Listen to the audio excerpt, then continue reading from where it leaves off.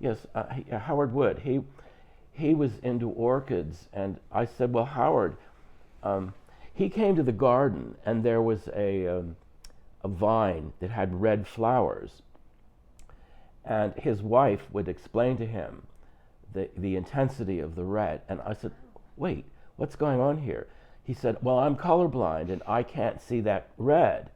Red is one of the things that colorblind people can't see. He said, but I can tell by the intensity of the gray.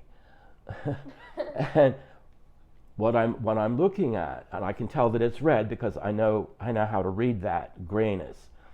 But he was a very kind and gentle person. And another very influential friend was Wilbur Zimmerman. Wilbur was, I think he had been chairman of the Philadelphia Flower Show. He was on a lot of committees. He was a dentist by profession, made tons of money in dentistry, and then, as he said, spent it all on his wife's greenhouses for her orchid collection.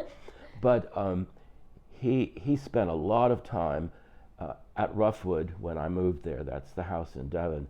And he did all the photography for my book called Heirloom Vegetable Gardening, and he did it pro bono. He wanted to see this book published, so we worked a lot together. And the funny thing is, I don't drink alcohol except champagne because I have gout and I can't drink anything else. And the first time I met Wilbur, now he was, at that point we still had elders. He was sort of an elder at the meeting.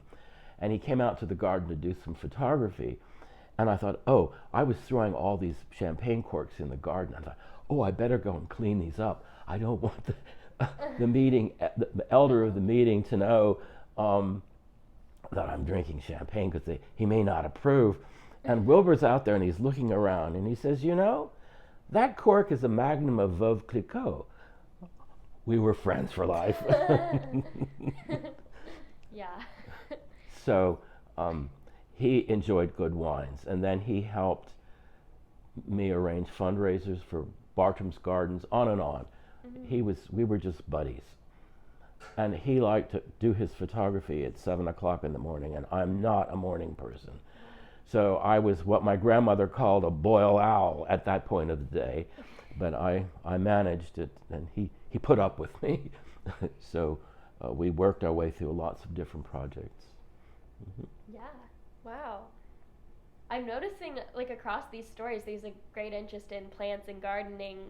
I think that I don't know, it seems like culturally a lot of people, I mean, of course that's one of the interests that people are going to gravitate to no matter what, but it seems like definitely there was a community here that really valued. Well, that goes back to John Bartram and all the Quakers. I mean, how many... Just think about the number of botanical gardens we have in the Delaware Valley and how many Quaker hands are behind that story. Quakers got involved with plants because it was nature. It was one of the gifts that we have to take care of and pass on to the next generation. So there's a lot of ministry in the plant story. And I'm grateful for that. I mean, and that's why Quakers went into, I mean, the next step, natural step, is medicine. You've got plants that are herbs that cure, and there you go. So the medicine and the plants sort of overlap. Again, look at Philadelphia. How many hospitals do we have? It goes back to this Quaker context. Talk a little about John Bartram, if that's... Well, I don't know, I never knew John Bartram because he died in the 18th century, but I can say that I have read his letters. And John Bartram was quite influential. And he was one of the, for example, he was the first person in North America to grow rhubarb, culinary rhubarb. Rhubarb up until that point was a medicine. There is a medicinal rhubarb, and then there is the culinary rhubarb. And the medicinal rhubarb, you use the root. It's for internal issues. But he didn't know how to cook the rhubarb. Well, his wife, I guess, was the one that asked that question. So he writes this letter to Collinson and who was a Quaker in England, and they had this correspondence back and forth. And Collinson said, well, just treat it like gooseberries. Make a pie, and it'll work for you. And, duh, that's easy. He did, and that's how it worked. The invention of rhubarb pie? Well, he did invent it. No, I know, but yeah. But he made the first rhubarb pies in Philadelphia. Let's put it that way. Okay. So there was a lot going on, and he traveled around and collected plants for his seed collection there at Bartram, what is now known as Bartram's Gardens. And the Willings Barbados pepper he grew in the 1760s. Willings, a Quaker family, and I have that in the seed collection. So we've done a little Bartramizing, if you will, and there are quite a few plants in the Roughwood seed collection that have Quaker stories attached to them, because the Quakers were interested in preserving these plants, whether for nostalgia because there was a connection to William Penn or early settlement. I can't answer that because each person has their own reason for saving things. But the Quaker farmers in the Delaware Valley were really very active in preserving a lot of the Native American food plants and passing them down. So that's why we've got more here in the Delaware Valley than, let's say, some of the tribes in Oklahoma. Right. For sure. Yeah. The Lenape peoples, Delawares as they're now called, had 19 varieties of corn. We know that because it's documented. By the time they got to Oklahoma, they had only 2. You see this pushing them west. As they moved, they lost their foodways. And that's a sad thing. But it's all coming back. Will, in any of your books, do you talk about Bartram's seed collection and that connection with the Lenape?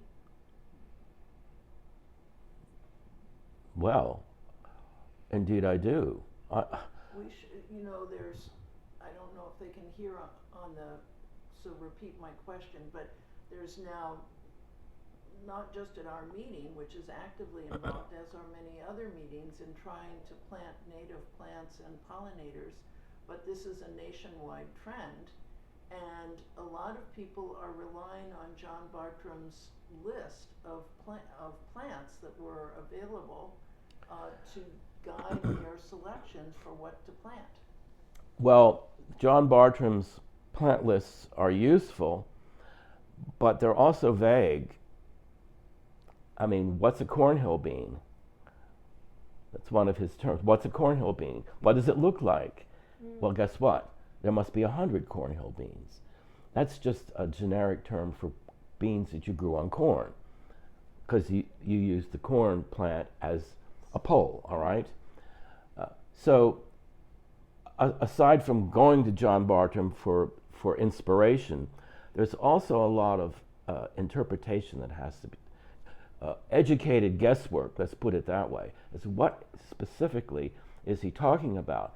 Because there is a whole group of food plants, beans, corn, squash, which are known as land races. These are not commercially developed plants. These are plants that were kept going, if you will, generation to generation in backyards by everyday people. And most of the Native American food plants that have come down to us are land races. And just to move forward on that subject, I have now agreed to work on a book about beans. And we're going to get into the Native American stories in this bean book.